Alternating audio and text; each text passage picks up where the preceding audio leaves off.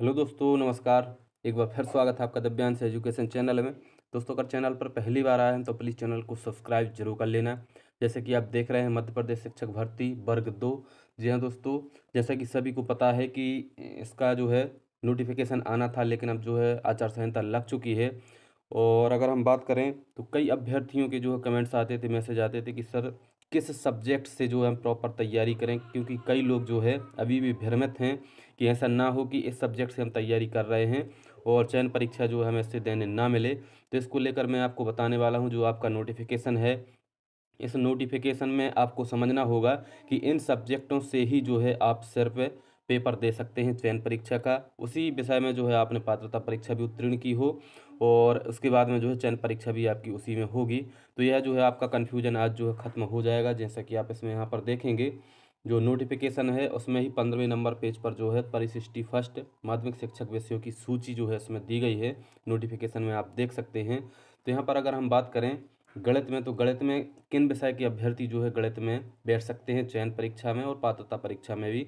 तो जो अगर आपने पात्रता परीक्षा उत्तीर्ण कर ली है तो आप चयन परीक्षा में गणित में इन सब्जेक्टों से ही बैठ सकते हैं। जैसा कि आप यहाँ पर देख रहे हैं, गणित विषय के अंतर्गत अभ्यर्थी को गणित अथवा भौतिक शास्त्र, एक तो हो गया आपका गणित या फिर भौतिक शास्त्र अथवा इंजीनियरिंग के विषयों के साथ स्नातक उपाधि धारित करना अनिवार्य है।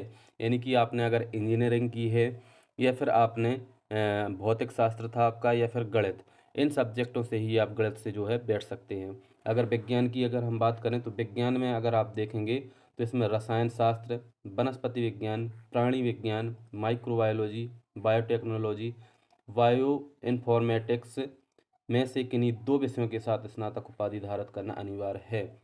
यानी कि इन विषयों में से कोई भी दो विषय जो है आपके पास होना चाहिए, तभी आप विज्ञान विषय से जो है वर्ग 2 का एग्ज़ाम दे सकते हैं।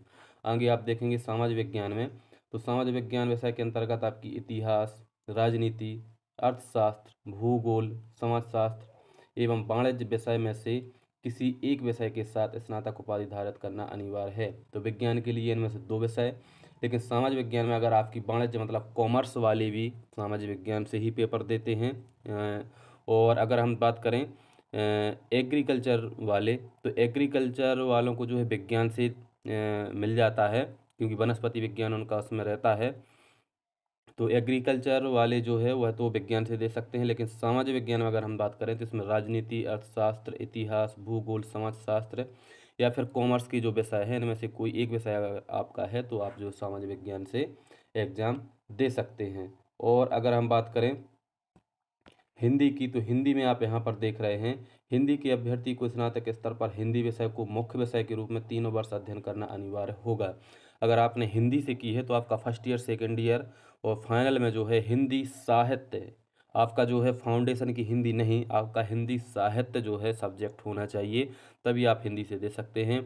अगर हम अंग्रेजी की बात करें तो अंग्रेजी में भी अंग्रेजी के अभ्यर्थियों को स्नातक स्तर पर अंग्रेजी विषय को मुख्य विषय के रूप में 3 वर्ष में अध्ययन होना चाहिए। यानी कि आपका इंग्लिश लिटरेचर है जो ये तीनों विषय में होना चाहिए, ना कि फाउंडेशन। बहुत ज़्यादा लोगों ने जो है गलती की थी पिछली बार, उनका फाउंडेशन में इंग्लिश था तो उन लोगों ने इंग्लिश से फॉर्म डाल दिया। जब डॉक्यूमेंट वेरिफिकेशन हुआ तो इंग्लिश में सबसे ज़्यादा अभ्यर्थी बाहर हुए थे। कारण यही था कि इनको पता नहीं था कि 3 साल में जो है अंग्रेजी आपकी होनी चाहिए। अगर फाउंडेशन में 3 साल में इंग्लिश आती भी है तो वह आपकी मान्य नहीं होगी।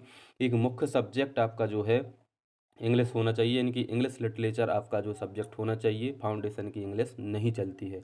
ऐसा ही हिंदी में रहता है, ऐसा ही आपका संस्कृत में भी रहता है। संस्कृत के अभ्यर्थियों के स्नातक स्तर पर संस्कृत विषय को मुख्य विषय के रूप में 3 वर्ष अध्ययन करना अनिवार्य होगा।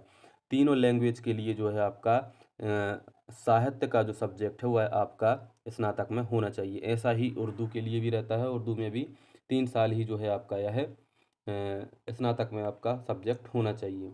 स्नातक उपाधि निर्धारित प्रतिशत के साथ नियम में उल्लेखित प्रावधान अनुसार धारित करना अनिवार्य होगा। यानी कि आपकी जो स्नातक की उपाधि है इसमें कम से कम जो है 55% यानी कि 50% से ऊपर तो जो है आपको लगता ही लगता है, 50% से ऊपर ही आपकी जो है स्नातक की डिग्री आपकी होनी चाहिए।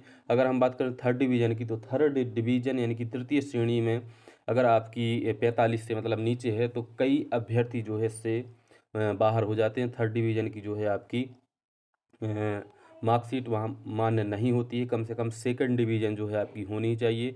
और अलग अलग कैटेगरी में फिर जैसे ST SC है, इनको अलग अलग कैटेगरी में अंकों की छूट रहती है। तो आशा करता हूँ कि आप लोगों का जो सब्जेक्ट का भ्रम था यह दूर हो चुका होगा कि किस सब्जेक्ट से हम वर्ग 2 का एग्ज़ाम दे सकते हैं। तो इसके संबंध में जो है यह नोटिफिकेशन में दिया गया है, आप इसको और भी अच्छे से देख सकते हैं। तो इसी प्रकार की और भी अपडेट पाने के लिए चैनल को सब्सक्राइब जरूर कर लेना। मिलते हैं बहुत जल्द नेक्स्ट वीडियो, तब तक के लिए बहुत बहुत धन्यवाद।